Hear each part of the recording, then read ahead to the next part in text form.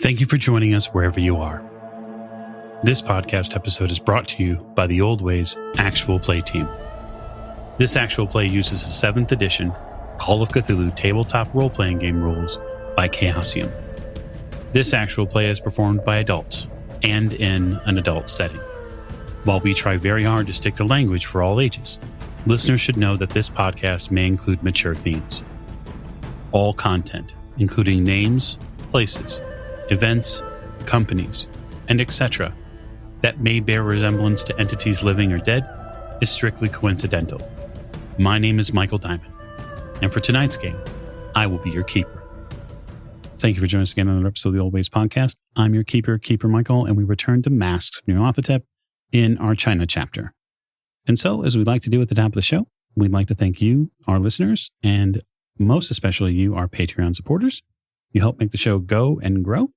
And we have one heck of a show planned for you. And so I will start with introductions to my right. This is Tiffany, and I play Maeve O'Shea. And we have things to do. People to fight. People to fight. Who are you fighting now? Well, we did fight. Just in general. She's ready to fight. That's what it is. We got that clear. All right, to Miss O'Shea's right. This is Morgan. I play Lillian Lane, and the doctor and I went searching for a ship. You did. We did not find the ship. No. Nope. We found the owner. Well, we didn't find the owner. We know who the owner is. You do now. And that is a very important thing to know at the end of the table. This is Jake. I'll be playing Jack Doyle. And so far, I found Shanghai to be very welcoming. That'll change. To Mr. Doyle's right. This is Lonnie, and I'll be playing Robert Drummond. And I got a telegram, but at least it doesn't say Dear John on it. No, that's true. It does say Dear Robert, though. And joining us this evening to Mr. Drummond's right. Hi, this is Heather Ashcraft. I am returning as the Anastasia Edwina Fairchild, formerly known as, currently Elizabeth Simpson Smythe, who is seeking information and certain people in Shanghai. Indeed you are. And last, most certainly not least. This is Alex, playing Sam Bellon, who is doing what he can to contribute to the internal regularity of the local gangs. Yes, we'll just say the medicinal effects of Sam's visits to Shanghai may be felt for some time, maybe 4 to 6 hours. So we're going to raise the curtain tonight in the morning light of Shanghai. So after the doctor and Miss Lane went to go look at a boat, after some of the rest of the group went to go investigate the Shanghai Courier, the day and evening wrapped up back at the hotel. But of course, for Mr. Drummond, it wrapped up probably at his own residence, as he's not having to stay anywhere else. And Miss O'Shea, you awake to a strange feeling in your chest, almost as if there's something heavy laying on it. Well, then I guess my first thought is to see where Slander is. Yep, he's right there on your chest, okay, coiled up. Although he's carrying something in his mouth. Oh. I guess I will check and see what it is. It's a piece of paper. And in a handwritten note, one that you know fairly well. And that would be from Dr. Tottenbach. And the note says, I went out shopping. Be back later. Sigmund. But he left it with Slander? You're not certain, but Slander has it. Okay. Well, then, I guess I will get up and get ready for the day, and then make sure that I don't hear anything bad from Doctor, I guess. You don't hear anything bad from him as far as you know. You get up, you get dressed. You have a single occupancy room at this point. Jack, when you wake up, Sigmund's gone. You notice that because while your rooms aren't communal by any means either, you notice that you don't smell his pipe in the morning. And that was something that you had gotten used to. And it's not here now. Great. I guess I'll get up. You get up and take the morning as you normally do with a few drinks. It's really the best way to start your morning as far as you're concerned. Yeah, smoke and drink. Mm-hmm. Breakfast. Yeah. You've gotten into a habit here in your hotel room after a couple of nights, and you've put out a couple of your own personal, we'll say, treasures. You've begun to create small, viewing spaces for them. Each one of the different statuettes, Mm-hmm. you've made a little place for them. It's very important to you. And you sort of make your adjustments each morning to see which one looks right. And it's almost like a little bit of decorating away from home that you seem to do. Makes it feel a little more. Yeah, of course. Yeah. After your smokes and drinks, you probably head downstairs. Yeah. Okay. So the majority of the investigators at the hotel arrive for breakfast, at least within a few 10 to 15 minutes of one another. No, at least to catch one another. Miss Lane, you'd probably also be keenly aware that the doctor's not here. You're missing his boisterous voice. There's always somebody that is very eager to greet people in the morning. His practice made him sort of that wonderful morning person. And that's missing from today. You don't see him. Do I see anybody else? Yeah, you see the majority of the rest of your investigating firm. We haven't gotten to what Sam spent the night doing or what he's up to this morning, but I would imagine that as your personal assistant. Let's say, is he hovering? He's probably hovering. I mean, hovering is a strong term. Lingering. Lurking.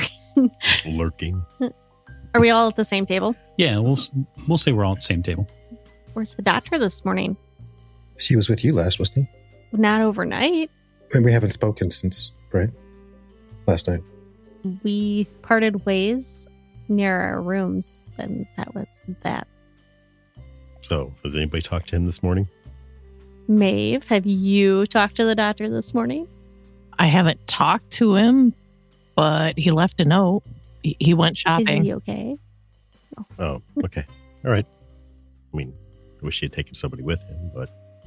Yeah, there was a discussion about that, wasn't there? Yeah. That how the group was not going to move solitarily anymore, just because of so many different things that has happened over the months that you've been gone. It was just a suggestion. Well, the doctor doesn't listen to a lot of people, so... That's true. He does seem to keep much of his own counsel.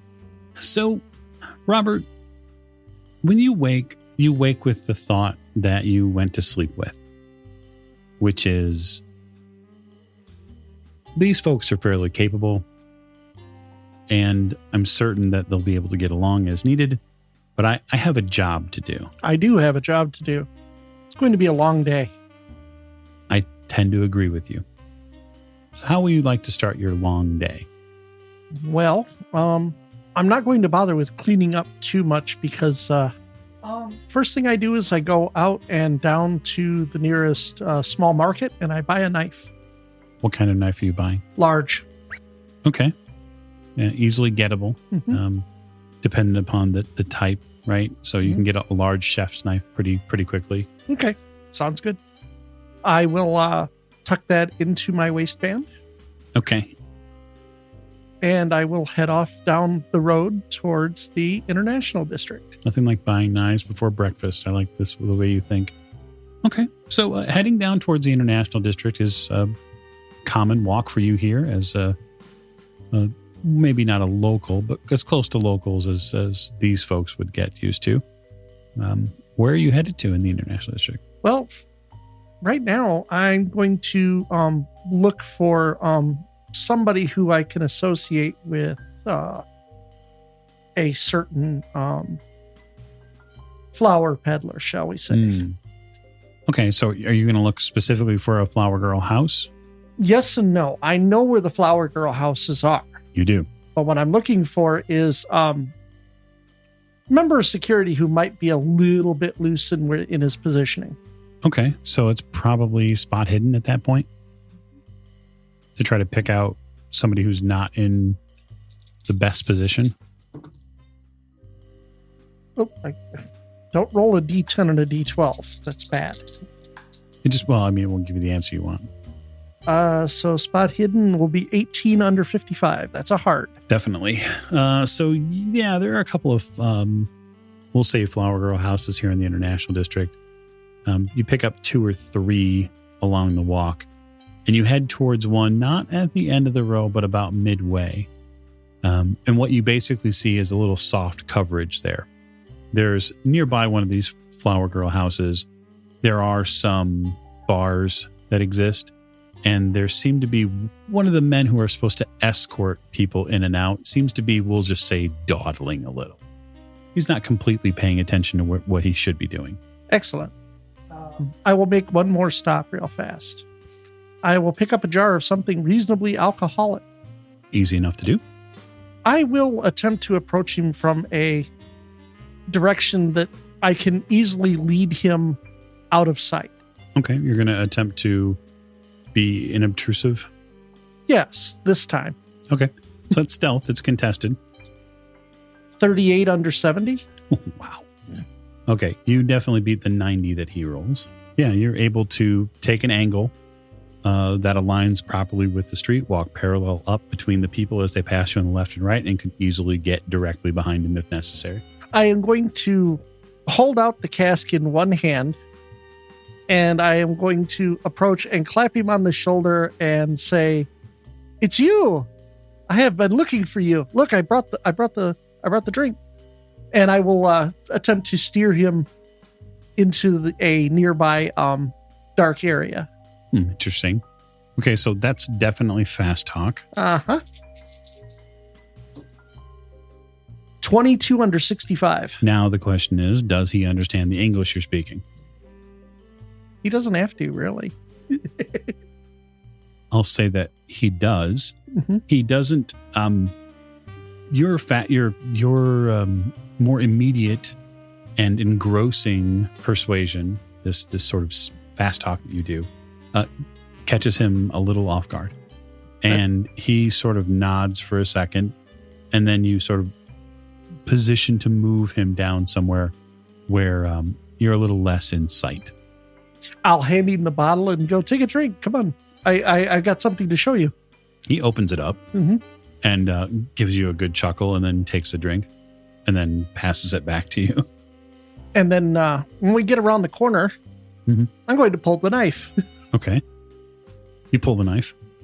He looks astonished. He looks surprised.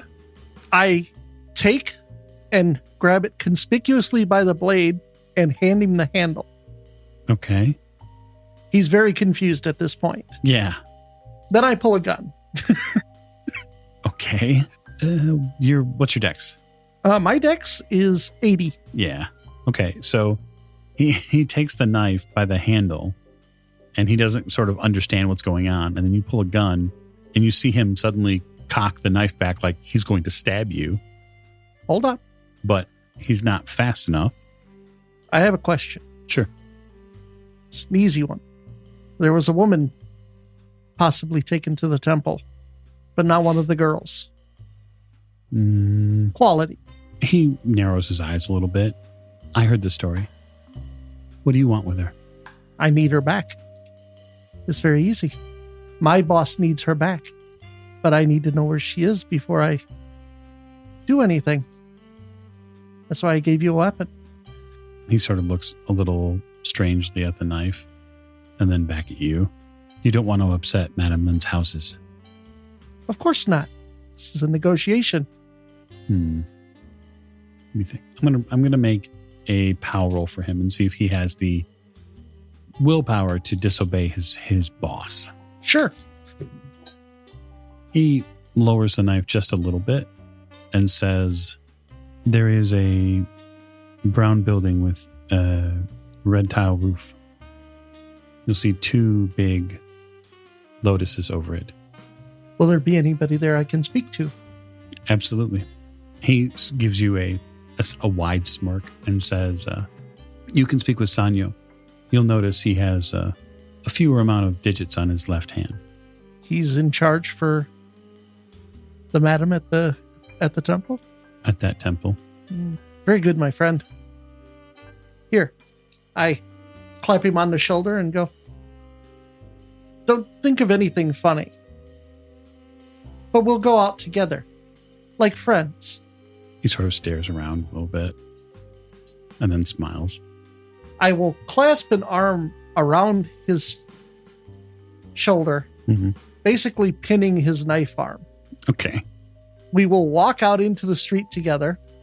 I'll take the bottle. I'll take a drink. I'll give him back the bottle, and then I'll head on my way, the other way. Okay. Yeah, you managed to get out of swinging range with a fairly careful step, and you are headed towards the old city. Mm-hmm. So, Heather, it has been some time since we have seen you on camera, and so the last we saw, you had left with a rather intoxicated ship captain. Yes. In hopes of securing perhaps some interesting information. And you managed to do just that. This was about 3 or 4 nights ago. So Captain Taro, who is the captain of what sounds like a shipping vessel, has mentioned that he brought in a very large shipment recently from parts unknown. It had mostly very expensive vases and other, we'll say, luxury items. And that's where the captain had made all of his drinking money at. He tells you that he sold them at market for an amazing wealthy price. And he knows that he knows the buyer. He knows who the buyer was for the items. And when he mentions Madame Lin's name, it immediately rings in your ears of someone that Pierce had talked about, because she is a purveyor and collector of antiquities and other rare items. She has been on the watch list for the division for some time now. And so you did what anyone in your position would do, is you would encourage the captain to drink more and to enjoy the evening. And the two of you did. So much so that he ended up passing out at one point, which gave you rather free rein to go around the boat and to see what was there, at least in the captain's quarters. And as such, as someone who's well trained now in that art, you collected several interesting pieces of information. One is that the captain is maybe not exactly who he seems. He seems to be, in one breath, a relatively simple shipping captain, but in the other breath, like, a lot of the equipment the captain owns is first rate, but his boat is not.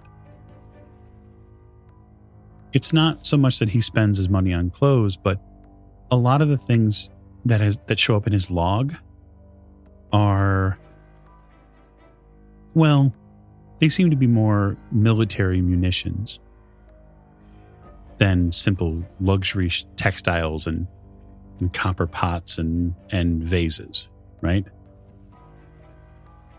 And so as you're sort of detailing this information and getting a good handle on things, you get overcome with a feeling of wooziness.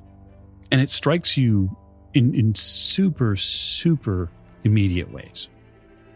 You feel a flowery scent in the air, and when you turn around, the wall swims left. And that's when you realize that you're in trouble, and your heart rate elevates. And you do the thing that you would know to do, which is to make for the door to get out of where you're at. And you go for the door, and you feel someone grab you by the wrist, and the world goes black. An interminable time later, you wake up strapped to a chair, sitting up, and there is a very dim amber bulb above your head, which gives you a very meager view of the space that you're in. It's a small room. You feel your wrists and your ankles tied, and there's also some rope around your midsection that seems to be attached to this chair. And you hear a soft knock at the door. Am I gagged? You're not. I'm not. They're going to wish they'd done that. The door opens. You see a long, dark-haired woman walk in. She's wearing very fine garments, and she is an older woman. She's probably in her mid-40s. She definitely seems to have an air of presence about her. She doesn't walk in with any bodyguard. She doesn't appear to be armed. When she approaches you, she tends to keep a respectful distance from you physically. And you hear in very crisp, well-defined English, "Who are you? And why are you here?" Who are you? "I'm Madame Lin." Ah, She takes another step closer. personally be taken care of by you is a bit of an honor. "My question, please. I won't ask again." I've heard that you prefer people to just... Sorry, that drug is whatever it was. Well played, by the way. How is the captain? Or is he still your captain? I'm sure at this point either he is on your side or he is no longer on anyone's side, including the side of the living. Too bad. You seemed nice. Yes, the question. Yeah, you get absolute stone face from her. Just call me Lilibet. Let's start there. What do you really want to know? We're not here for pleasantries. "We are not. I would like to know, where is Charles? I know he's around here somewhere. He's hiding in a building. He's on a boat, a train. I have told him, come directly. Do not send snoops." Well, if you know him that well, you know he would never come by himself. Or would even... Well, he doesn't come to this level, does he? Though I will say this, as someone as talented in your line of work as you are, he did send one of the best. Believe it or not. He has his own view about my particulars, opinions. He's on a crusade. I'm not interested. Well, his motivations in many ways are his own. And let's just say I do it in part to help, but I don't necessarily subscribe to his, as you put it, crusade. Well, as luck should have it, I am hosting a dinner in a few days' time. I am willing to entertain a few guests, perhaps. It's unfortunate you won't be able to make it. Now, I will send him a message. I'm guessing the message. She smiles.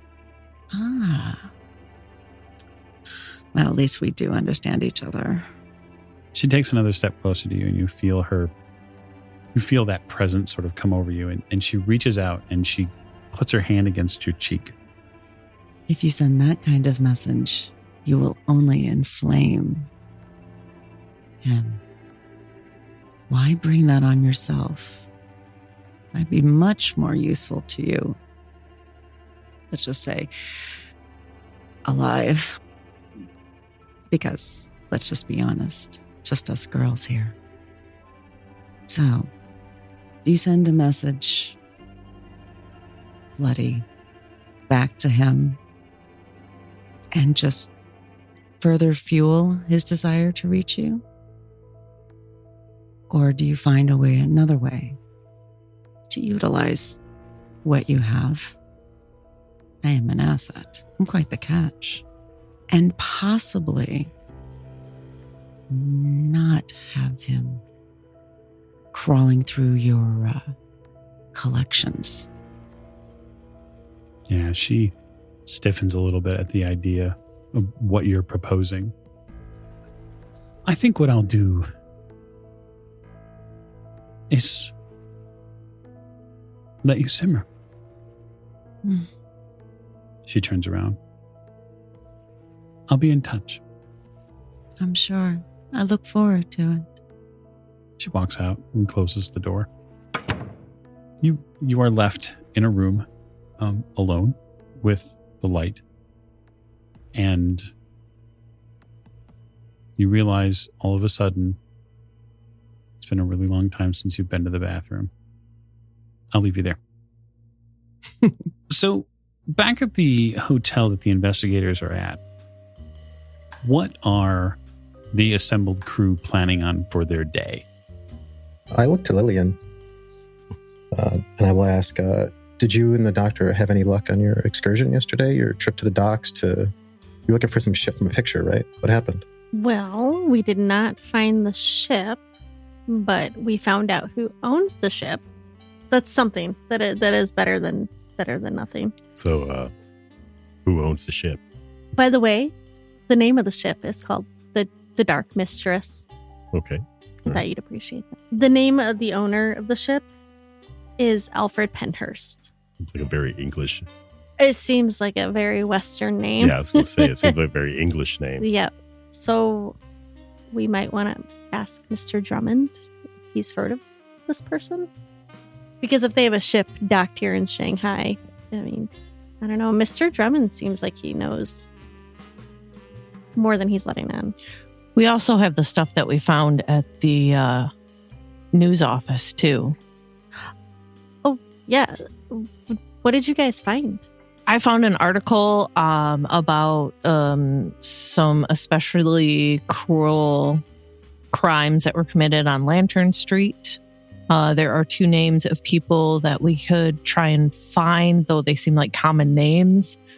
We know about where it happened, so we could see if there's anything magical attached to that. And I believe there were some other articles that we found that seemed kind of odd and out of place. Did we want to go to that place on Lantern Street where those bodies were found? Yeah, we can do Is that the one with the fire vampires? so the description of the attack seemed to be familiar. I get this big smile on my face. Again, It just says that they were like unusually violent, but it did give the address of 88 Lantern Street. Yeah, there was a Westerner that was seen running from the scene. Some monks were killed.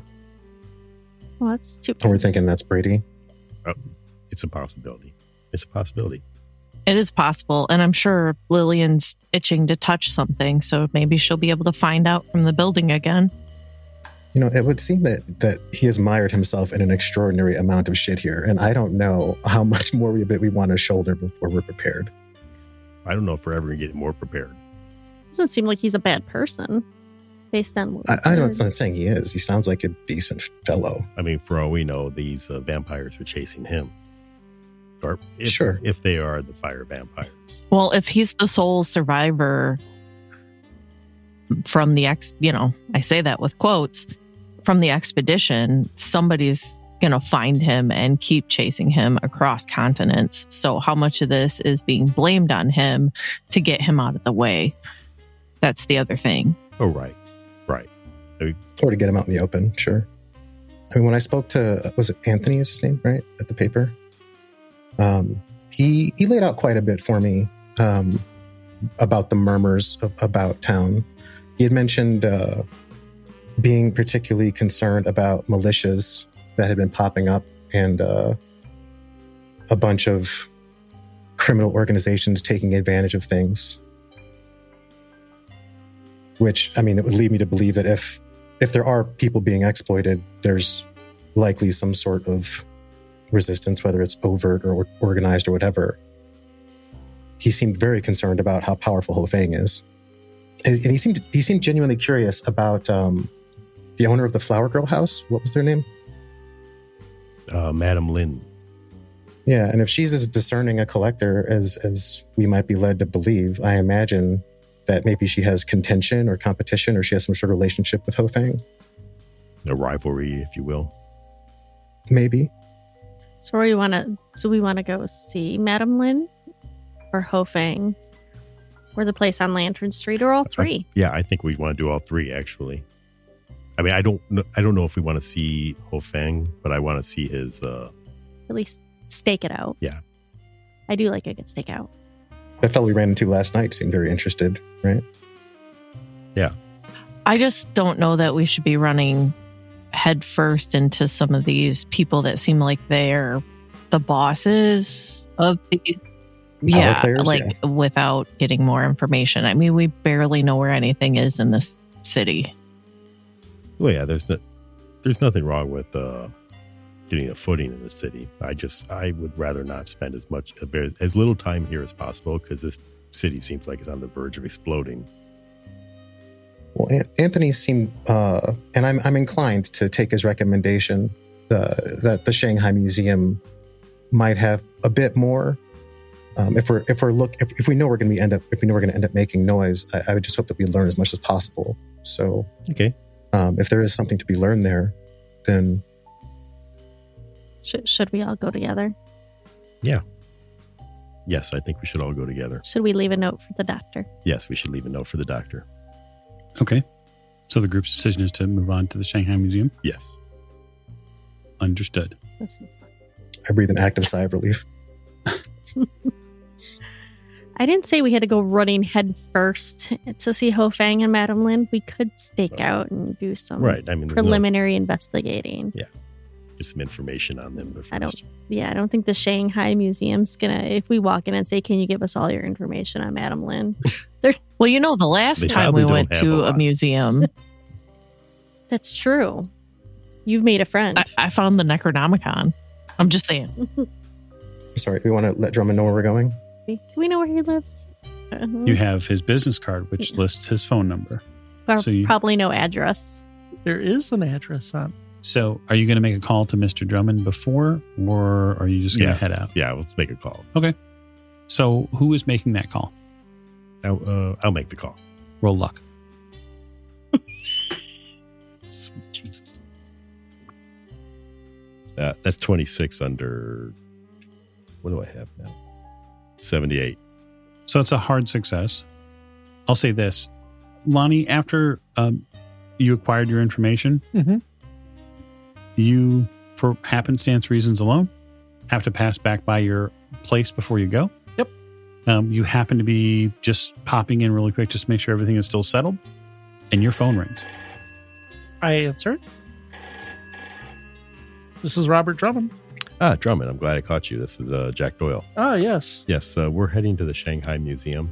If you have any need to get a hold of us, that's where we'll be for the next few hours, probably. I should be fine. I'll be gone for several hours as well. So I'll try and get back in touch with you later today. Okay. You'll be at the hotel tonight, I assume. Yes, most likely. Okay. At least some of us will. What room are you in? I give them my room. Okay. Okay, fair enough. You've exchanged information. Mr. Drummond, after the phone call, you skirt your way out. You have your own business to attend to. I certainly do. All right. So at the Shanghai Museum, not too terribly long later, it is located on the border between the International Settlement and the French Connection. So for viewing overhead, it's central, but yet a little bit west. The French portion is a little west of the International District. It's a fine example of colonial architecture. So I think inside is where the museum blooms. And that's where you begin to see all of the exquisite Chinese pottery and beautiful scroll work and all the things that would make up a museum, right? Like for you, Maeve, the outside of this place doesn't do the inside justice. It's like somebody came here and renovated the outside, and then they turn it into something that it shouldn't look like, right? The museum itself is not terribly large. We're not talking about the London Museum or the Cairo Museum for that matter, which is just super, super vast. This is sort of basically a multi-floor structure, but it's not. The footprint of itself is not as big. And you encounter the front desk soon thereafter entering. They nod at you. Like, I don't know where to start, so. I guess I'll approach. Hello, do you speak English? The man behind the desk nods. Yes, hi, thank you. We were recommended to come see a Mr. Mao regarding some curiosities. Anthony from the paper sent us here. We are looking into some local history matters, curiosities. He nods. I might be able to assist getting you to Mr. Mao. Great. He sits back a little bit. I slip a few bills across. Oh, he seems to acknowledge you, Jack. Thank you, sir. The museum does appreciate it. Of course. So, I will offer either one of you charm or fast talk. Not it. I'm staring blankly. All right, I'll do fast talk. Okay. Okay, it's 55 under 71. Okay. He takes the bills and you see them fold very delicately into his pocket. He stands up. Give me just a few moments. He steps away from the desk. I can't even begin to tell you how much this city reminds me of Chicago. Because you have to pay everybody off? You have to pay everybody off, and it's run by gangs. You know, one of these days, you all are going to have to teach me how to play it straight, because I just really have no idea how to deal with these people. When I say these people, I just mean people. Right. We got it. Everybody make me a spot hidden roll. It's 38 under 99. Wow. That was a good roll. A 77 out of 88. Mm-hmm. Hard success, 35 under 75. So those of you who made a spot hidden roll successfully, which I think is all of you, you all notice that there's an awful lot of people here in the this first level of the museum that are just kind of sort of milling around. Yeah, so everybody here notices probably 4 or 5 gentlemen, and I use gentlemen as a very loose term, who are they're just sort of here. They're hanging out. They're not really looking at much art. They're sort of standing. Some of them are smoking cigarettes, and they're just standing there. Do they have a certain local tough feel to them? You're pretty well trained, Jack. You'd probably say that 1-2 things is true. Either they are waiting on something, or the museum pays for protection because it has rare antiquities in here. Oh, so no heist, huh? They did say that there were, gangs jockeying for power, so. That's true. A gentleman comes out with the man that came with the desk, an older man. And he sort of very carefully walks up and then bows very deeply to you. How can I help you? Sam, you're the one that talked to Anthony. Maybe you should take the lead. Sure. Hi. So we had spoken to Anthony over at the Courier, and he had mentioned that are you Mr. Mao? No. He's Mao. Oh. Of course I am, he laughs. Wonderful. We had inquired about some curiosities and goings on in town at the Courier, and Anthony pointed us in your direction as a potential source of more information. And so we headed this way and met your remarkable desk person. And here we are. Well, if you're looking for, I suppose that's the first question, yes? What are you looking for? Oh, we tend to specialize in unusual goings-on, curiosities, antiquities, mysteries. The treasure hunters. Cults. Egyptian artifacts. Egypt is a far way away. Well, right now we're more interested in a local group. Want to know maybe some of the historical background of this group. What group? I just look around a little bit and then, lean forward. The bloated lady. He gets real shifty. I don't think we should talk here. I agree. There is a tea house. He takes a very, very small piece of paper out of his robe and he writes something in very block lettering. You can tell that he has a hand for English. Everything's very blocky. And he leans in and offers you a cigarette, like an actual cigarette from a pack. I lean forward. And you feel like the weight of something hit your other pocket. And he leans back. And then he offers you a light, like the strike of a match. Thank you. I was out. 1 hour. Again, thank you. You have a beautiful museum here. For as long as we can keep it. And he turns around and walks out. Mr. Drummond, you are making your way across town into the old city. Now, the old city isn't a place you frequent a ton, but you know of a few different hotspots where expats and some non-local locals tend to hang their hat at. More importantly, you know what streets to be on and what not to be on. Yep. So what I'd like to do is find a decent place to survey the target building from. Okay. Like an overhead target? Like an overhead visual? If I could get to a rooftop, that would be ideal. Unlikely. If I could get to an upper floor, that would also be ideal. Possible. You can get an upper vantage point that way. It'll cost you a little yen, we'll say, or perhaps a Mexican silver dollar.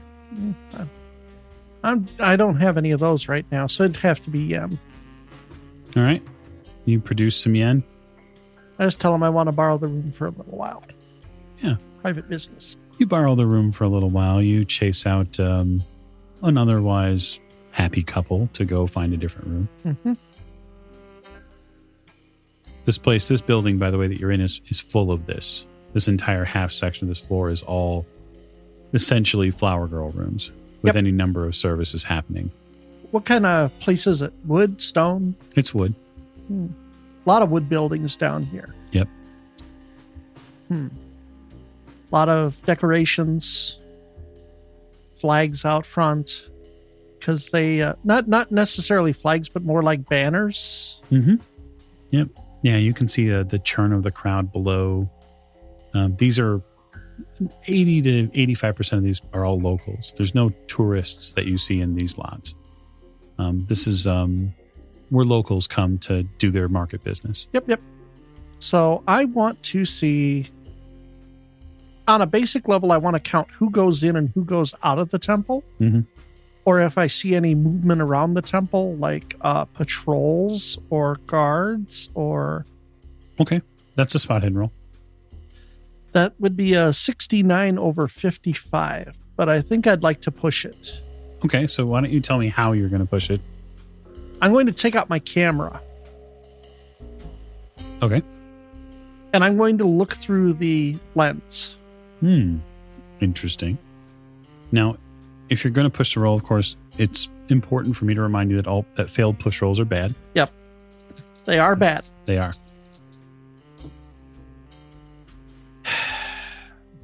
So what do you got? And you can't spend luck on a push. You certainly cannot. 80 over 55. You drop your camera out the window. Oh, jeez. It goes down several floors until eventually it shatters on the cobblestones out front. Well, damnation. I'll be a week replacing that. Several people look up at the window. I hurriedly make my way out of the room. Alrighty. You could still do the same thing from foot. It would just take you a little longer. I guess I'll do it on foot. Okay. You begin your walk on foot. Mm-hmm. So you cover about 5 blocks worth of walking while you work up an idea about who could be protecting this place. There's roughly 5 gentlemen who make a rough circuit of the same area. Mm-hmm. You end up having to move into and out of a few businesses, a few market stalls to keep them from paying too much attention to you. Mm-hmm. It's really, really tight, but it's not impossible to get in here. I'd like to buy another bottle of alcohol while I'm in and out of the stalls. Okay, easy done. As far as the flower girl shops, Mhm. do I know which ones are Madame Lynn's, or would I have a very reasonable idea? You have a pretty good idea which ones are which. Yeah. I mean, been in town long enough. You've been given a little intel in the past on where some of her operating areas are. And you've come to understand the lotus symbols that she uses over her buildings. Mm-hmm. At least they're not all in the same place. Sometimes they're tucked here or tucked there. But you have a fair idea. I'll just keep that in mind. I'd like to try and get into the temple timing around the patrol. Okay. I think that's reasonable. I'm going to probably call it stealth. Mm-hmm. And before you roll, Before I roll. I am going to spend a hand of fate in your favor and give you advantage on this roll. Okay. So what happens if, for instance, one of the rolls was a 00? I mean, you take, with advantage, you take the lower of the 2. Okay, so that's a 32 under 70. Yeah. Yeah, you're at advantage, so Yeah. you would automatically take the 32 under 70 is a hard success. Yeah. Not only do you find a gap in coverage, but you find, by chance, a unsecured door. Ooh. You find a way in. This is not a main entrance either. It's a side door into this place. Okay. What do I see when I go in through this door? You see a hallway that stretches probably about 20 or 30 feet in front of you straight. Mm-hmm. And then to your right, there's stairs that go directly down. Knowing, just like you've been in with other businesses, all the business that they're going to do likely is going to be on the upper floors. They're going to have people go up into rooms and bars and whatnot. If someone's being kept in one of these places, Downstairs. they're going to be down. Take off my shoes. Okay. I am going to head over to the stairs and take a quick listen. Go ahead and give me a listen roll. 24 under 60. Okay. You do hear between the tiny taps of water, you hear some wood on wood scraping. Like someone moving or a chair or Yeah, it could be. Could be a bed, could be a chair, could be all sorts of movement going on in one of these houses. But there is definitely some sort of movement. Is there a rail? Yes. I will move to the side of the steps opposite the rail and I will head down on that side. Okay. Very slowly so as not to creak the stairs. Sure. You get down into the basement and you hear this same sound coming from a room down the hallway here. And there are, you can hear people down here too, but they're behind these closed doors that are down here. There are some very interesting sounds that are coming in this, coming out of this hallway. But there's this yet again, riding sort of on the top, on the high part of the sound level in here. You hear this back and forth squeak. It's not rhythmic in that way, but there's something going on. Are there any rooms that are absolutely silent? Hard to tell here at this point because you're there's 4 or 5 of them right in front of you directly. Keyholes? Probably not. No, Hmm. they're probably very simple sliding doors. Movement of people? From the vantage point that you have, there are definitely people moving behind here. They seem to be moving together mostly. Right. I will deliberately go past any room that has people moving in it. I'm looking for rooms without people. Give me a hard spot hidden roll. I really don't want to spend that amount of luck, but this is important. I am spending 41 luck I love it. to make that a success. Okay.